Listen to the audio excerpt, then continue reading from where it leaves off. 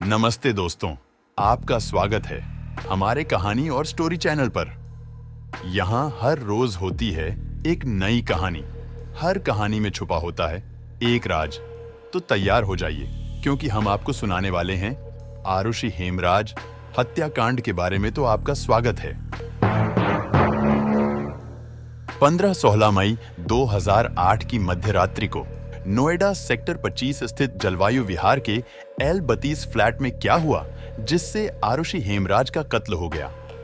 बहुत से सवाल हैं जिनके जवाब नहीं मिले, और 14 साल बाद भी यह देश की सबसे बड़ी मर्डर मिस्ट्री है। 15 मई 2008 की मध्य रात्रि को नोएडा की 14 वर्षीय आरुषि तलवार को उसके जन्मदिन पर उसे मौत का गिफ्ट किसने दिया, किसने मारा था, यह रहस्य 15वें साल भी बरकरार है। देश की सबसे बड़ी जांच एजेंसी सीबीआई ने देश के सबसे बड़े मर्डर की जांच की, लेकिन सवाल वही है कि 15 मई की रात को नोएडा सेक्टर 25 स्थित L32 के इस घर में क्या क्या हुआ, और किसने और आरुषि तलवार को न केवल मार डाला बल्कि घर पर मौजूद घरेलू सहायक हेमराज का बेरहमी से कत्ल कर उसे हमेशा के लिए मौत की नींद सुला दिया। बाद में खोजबीन करने पर जो तथ्य निकलकर सामने आए वे काफी चौंकाने वाले थे। मसलन हत्या के बाद आरुषि के कमरे में रखे मोबाइल कंप्यूटर रात 1 से 4 बजे के बीच कई बार इस्तेमाल हुए पाए गए। नौकर हेमराज और आरुषि दोनों अपने अपने कमरों में थे। जब सुबह झाड़ू पोंछा करने वाली नौकरानी आई तो डॉक्टर दंपति ने अपनी बेटी की मौत के बारे में उसे बताया। रिपोर्ट करने पर पुलिस घर आई, परंतु वह भी जल्दबाजी में घटनास्थल की तफ्तीश छोड़ हेमराज को खोजने के बहाने घर के बाहर चली गई। एक दिन बाद जब रिटायर्ड डीएसपी के गौतम फ्लैट की छत पर तहकीकात करने गए तो उन्हें नौकर हेमराज का शव वहां पड़ा मिला। हेमराज का शव मिलते ही समूचे हत्याकांड की दिशा ही बदल दी और आरुषि हेमराज हत्याकांड एक रहस्य बन गया। आरुषि हत्याकांड को लेकर यूं तो कई सवाल हैं जिनके जवाब शायद ही कभी मिले, क्योंकि इस मामले में शुरुआत से ही नोएडा पुलिस ने लापरवाही बरती। घटना की सुबह यानी 16 मई 2008 की सुबह जैसे आरुषि तलवार हत्याकांड का पता चला तो मीडिया कर्मी सेक्टर 25 स्थित जलवायु विहार की ओर दौड़ पड़े।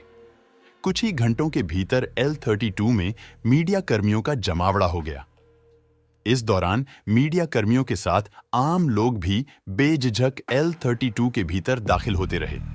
जाहिर है इस दौरान सबूतों के जाने अनजाने और चाहे अनचाहे छेड़छाड़ हो गई। नोएडा पुलिस ने सक्रियता तो दिखाई, लेकिन तब तक बहुत देर हो गई थी।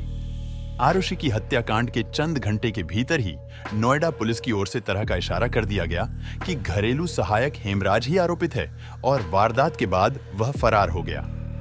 इसके चलते नोएडा पुलिस की कई टीमों ने उसकी तलाश तेज कर दी। यहां तक कि पुलिस की एक टीम नेपाल तक जा पहुंची, जहां का हेमराज मूल निवासी था। इस थ्योरी पर काम शुरू करने के साथ नोएडा पुलिस अन्य एंगल को भूल गई। अगले दिन यानी 17 मई 2008 को घरेलू सहायक हेमराज का शव घर की छत पर मिला। घटनास्थल से तत्काल फॉरेंसिक नमूने नहीं लिए गए, लिहाजा दोनों दिन फ्लैट में जुटी भीड़ के पैरों और हाथों के निशान में सभी सबूत मिट गए। एक हत्याकांड की जांच की कड़ी में जो काम सबसे पहले होता है, उसमें भी नोएडा पुलिस ने लापरवाही बरती। हत्याकांड की जानकारी लगने पर बड़ी तत्परता के साथ नोएडा पुलिस मौके पर तो पहुंची, लेकिन वह घर में घुसी भीड़ को भी नहीं हटा सकी, जिसमें बड़ी संख्या में मीडिया कर्मी थे। इसके साथ नोएडा पुलिस ने जांच की शुरुआत में ही वह काम नहीं किया जो उसे तत्काल करना चाहिए था। घर पर पहुंची नोएडा पुलिस ने न तो खून के नमूने लिए और न ही खून से सनी चादर और गद्दों को पुलिस ने सीज किया, जिस पर आरुषि तलवार का शव मिला था। पुलिस अगर 16 मई 2008 की सुबह छत पर जाने की जहमत उठाती तो शायद जांच की दिशा ही बदल जाती। दरअसल नोएडा पुलिस ने मान लिया कि हेमराज ही आरुषि तलवार का मर्डर करके फरार हुआ है, जबकि अगले दिन उसकी लाश छत पर मिलती है। हैरत की बात यह है कि नोएडा पुलिस ने घर की छत पर जाने वाली सीढ़ियों पर गिरी खून की बूंदें तक नहीं देखी। वहीं छत के दरवाजे और उसमें लगाए ताले पर भी खून से सने हाथों के निशान साफ साफ दिखाई दे रहे थे। आरुषि हेमराज हत्याकांड देश की सबसे बड़ी मर्डर मिस्ट्री इसलिए भी बन गई क्योंकि नोएडा पुलिस एक एक कर कई लापरवाही कर बैठी थी। पहले नोएडा पुलिस ने शुरुआत में सबूत इकट्ठा करने में लापरवाही दिखाई, रही कसर देरी ने कर दी। 16 मई 2008 को आरुषि का शव L32 स्थित घर पर मिला था। ठीक उसी दिन यानी 16 मई 2008 को नोएडा के मेट्रो अस्पताल में भर्ती एक बड़े नेता को देखने के लिए तत्कालीन प्रधानमंत्री मनमोहन सिंह आए थे। जाहिर है बड़े पुलिस अधिकारी उनके सुरक्षा में लगे थे, इसीलिए तत्कालीन थाना सेक्टर 20 प्रभारी दाताराम नौनेरिया मौके पर पहुंचे थे। दाताराम ने वहां पहुंचते ही हत्या के इस केस में महज खानापूर्ति की और आरुषि के शव का पंचनामा कर पोस्टमार्टम के लिए भेज दिया। इसके बाद रही कसर फ्लैट में पहुंचे मीडिया कर्मियों ने किया, जो घंटों घर भर में सबूतों को अनजाने अनचाहे मिटाते रहे। देखते ही देखते इस केस को 2 साल हो गए, लेकिन अभी तक इस केस का खुलासा नहीं हुआ था। 1.5 दशक बीते नहीं मिले इन सवालों के जवाब। 15 मई 2008 रात को आरुषि और हेमराज का मर्डर एक साथ किया गया या फिर अलग अलग, और क्या दोनों की हत्यारोपी एक ही थे? आरुषि का शव खून से लथपथ था और उसके बिस्तर पर पड़ा मिला था। आरुषि के शव को बहुत सलीके से रखा हुआ था, जैसे किसी ने उसे मारा और फिर पछतावा होने पर उसके शव की सलीके से बेड पर रखा। हैरत की बात यह भी है कि CFSL दिल्ली की 19 जून 2008 की रिपोर्ट के अनुसार आरुषि के तकिए, बेडशीट और गद्दे पर हेमराज का कोई DNA या खून नहीं मिला था। नौकर हेमराज का खून से लथपथ शव राजेश तलवार के घर की छत पर मिला। दोनों की हत्या गला काटकर और सिर पर किसी भारी चीज से वार कर की गई थी। हथियार की बरामदगी पर सवाल कायम है। आरुषि की मां नूपुर तलवार और पिता राजेश तलवार फ्लैट के दूसरे कमरे में सो रहे थे। उन्हें आरुषि के चीखने की आवाज तक नहीं आई, जबकि आरुषि पर कई वार किए गए थे। घटना की रात यानी 15 मई की रात L32 फ्लैट में राजेश, नूपुर, आरुषि तलवार और हेमराज के अलावा कोई और भी नहीं था।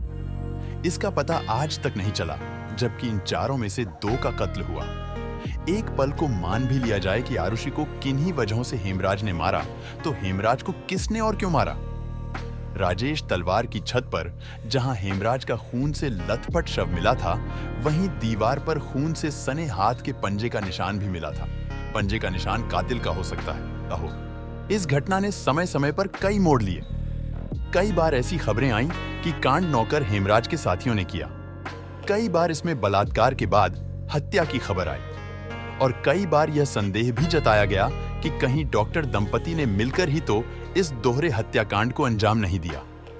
परंतु मीडिया के लगातार हस्तक्षेप के चलते इस केस को दबाया नहीं जा सका, और पुलिस तथा CBI की तमाम दलीलों व दोनों पक्ष के वकीलों सहित जनता की भावनाओं को देखते हुए इस पूरे मामले की तहकीकात रिपोर्ट को स्पेशल जुडिशियल मजिस्ट्रेट प्रीति सिंह की अदालत में समीक्षा के लिए भेजा गया।